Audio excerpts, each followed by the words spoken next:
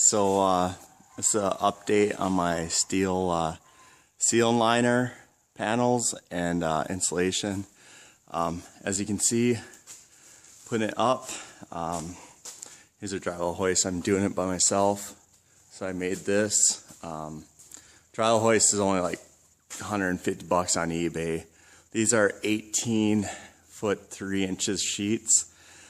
I didn't know how big of sheets to go with because I didn't know what that lift can handle, but it's doing okay. But as you can see, it's turned out pretty good. Made my seams go face this way. I don't know if you can see that, but you should be able to see it. So that if you're coming in and looking this way down, it's all flush. You can't really see it. And also, instead of using the pole barn screws, what I did was I used, let's see, we can zoom in. I'm using the panhead sheet metal screws, and I just painted them white. So yeah, it's looking pretty good, going nice and straight. The insulation I'm using is R49 bats. What I'm doing is just putting the sheets up and then putting the insulation up. As you can see, I didn't use a vapor barrier because I want the moisture to get out. You know, it's kind of like, there's so much debate on it, but it's like if you do a vapor barrier and it's like a plastic bag, you put some water in there, put it outside in the sun, that water just condenses and sticks all over the plastic, and then you have to drain it out. Well, with this, hopefully it'll migrate up and out. So then once it gets in the summer to the attic space, where it's a lot hotter, it should just go right through my ridge vent, because it's a long ridge vent. And then I have enough airflow over here so that you know, it's an adequate airflow with my 4-foot overhang and the eaves. So it should be, that's my way of thinking. I don't want a plastic bag encapsulated. Then you're gonna have to AC and heat. This is gonna have AC, this has in-floor heat. But I want that moisture to get out of the place. There's too many new homes that are sealed up so tight that you need air exchangers, and there's still mold problems. So this has been going on for 50, 60 years without using a vapor barrier on the ceiling. So I thought, well, hey, it works for most homes, so why not this? So, but as you can see, the 2x4 stringers that they hung earlier to hold the trusses, I put the insulation around that. That's the proper way to do it. You just split the insulation pretty easy. But yeah, you put the insulation around, R149.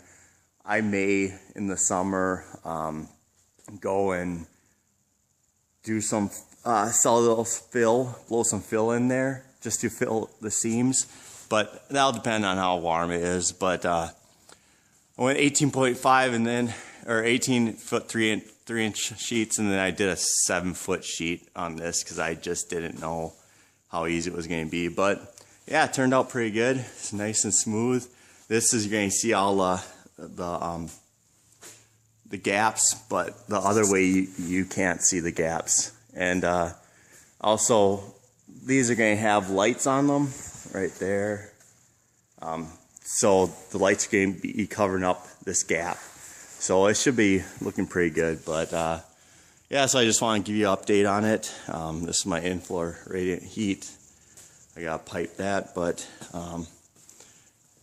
this is how I did mine. But I'll do a video on that. So, okay, well, hopefully this helps you guys out, just to see how I did it and my thinking of the vapor barrier on the ceiling.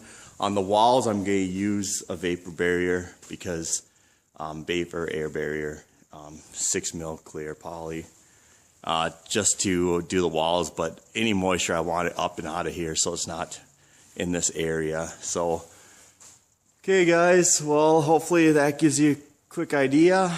And oh yeah, I was going to mount my air hose reels up here on the ceiling. These retractable air hose reels. But then I think I'm just going to do them in a cabinet style, because I was thinking that vibration and stuff might make some noise to the ceiling. I don't know for sure, but or else, you know, retracting it, if it lets loose, will it swing and dent my ceiling? So I'm going to make it flush in a cabinet in my workspace and with diamond plate. So keep a look out for that one. But yeah, doing this by myself, it's going decent once you figure out, but I'm saving a lot of time. And the money wise, for them to do the ceiling, an 40 by 80 ceiling, they wanted $7,600 just the ceiling, no insulation. So these panels cost me $3,000 for everything. Insulation was for the walls and everything, like $3,600, but then I got rebates. So my installation for the walls for this whole building is going to only be $354, and the ceiling's going to be about $2,200. So it's pretty good. And the ceiling panels, I got 11% off of that, so that brought it down to $2,700. So saving about easily $4,000 for the ceiling panel alone.